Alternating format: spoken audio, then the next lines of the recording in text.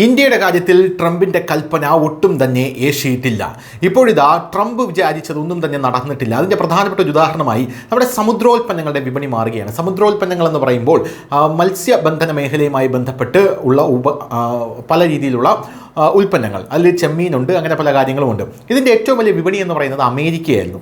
America tariff ഏർപ്പെടുത്തുമ്പോൾ അമേരിക്കയ്ക്ക് ഏറ്റവും വലിയ ഒരു പ്രതീക്ഷ ഉണ്ടായിരുന്ന ഒരു വിഭാഗമാണ് ഈ സമുദ്രോൽപ്പന്നങ്ങൾ. കാരണം ഇന്ത്യയുടെ സമുദ്രോൽപ്പന്നങ്ങൾ അമേരിക്ക ഏറ്റവും കൂടുതൽ മേടിക്കുന്നത് കൊണ്ട് തന്നെ ഈ സമുദ്രോൽപ്പന്നങ്ങൾ മറ്റൊരു രാജ്യങ്ങളും മേടിക്കാൻ കൂട്ടാക്കില്ല എന്നും അമേരിക്ക കണക്ക് കൂട്ടിയിരുന്നു. പക്ഷേ ഇതാ ട്രംപിൻ്റെ സകല കണക്കുകൂട്ടലും തെറ്റിയിരിക്കുന്നു. നരേന്ദ്രമോദി 50% താരിഫ് ഇന്ത്യക്ക് ഏർപ്പെടുത്തിയപ്പോൾ തന്നെ നരേന്ദ്രമോദി ഇത്തരത്തിൽ പറഞ്ഞതാണ്, അതായത് വലിയ നഷ്ടം നമുക്ക് സംഭവിക്കും, പക്ഷേ ആ റിസ്ക് ഞാൻ ഏറ്റെടുക്കാൻ തയ്യാറാണ്, പുതിയ വിപണി കണ്ടെത്തിയിരിക്കും എന്നാണ് നരേന്ദ്രമോദി പറഞ്ഞത്. ഇപ്പോഴിതാ നമ്മുടെ ഈ സമുദ്രോൽപ്പന്നങ്ങൾക്ക് ഒരു ശുഭവാർത്ത എത്തിയിരിക്കുകയാണ്.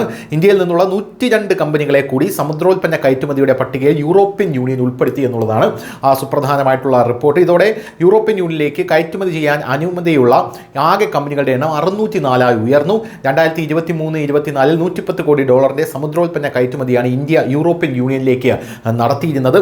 കൂടുതൽ കമ്പനികൾക്ക് അനുമതി ലഭിച്ചതോടെ നടപ്പ് വർഷത്തെ കയറ്റുമതിയിൽ 20% വർധനവാണ് ഇപ്പോൾ പ്രതീക്ഷിക്കുന്നത്. ഇന്ത്യയുടെ ഏറ്റവും വലിയ സമുദ്രോൽപ്പന്ന വിപണിയായിട്ടുള്ള അമേരിക്കയിലേക്കുള്ള കയറ്റുമതി ട്രംപ് 50% ഇറക്കുമതി തീരുവ പ്രഖ്യാപിച്ചതോടെ ഏറെക്കുറെ നിലച്ച മട്ടിലായിരുന്നു.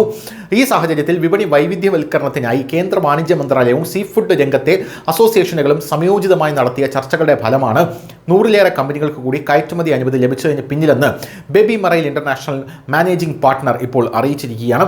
നേരത്തെ നിരവധി ഇന്ത്യൻ കമ്പനികളെ കയറ്റുമതി പട്ടികയിൽ നിന്ന് യൂറോപ്യൻ യൂണിയൻ ഒഴിവാക്കിയിരുന്നു. പുതിയ കമ്പനികൾക്ക് അനുമതി നൽകിയിരുന്നുമില്ല. നിലവിൽ ട്രംപിന്റെ ഇടുത്തി തീരുവ അതുമൂലം സമുദ്രോൽപ്പന്ന കയറ്റുമതി മേഖല തൊഴിൽ വരുമാന നഷ്ടങ്ങളും അഭിമുഖീകരിച്ചിരുന്നു.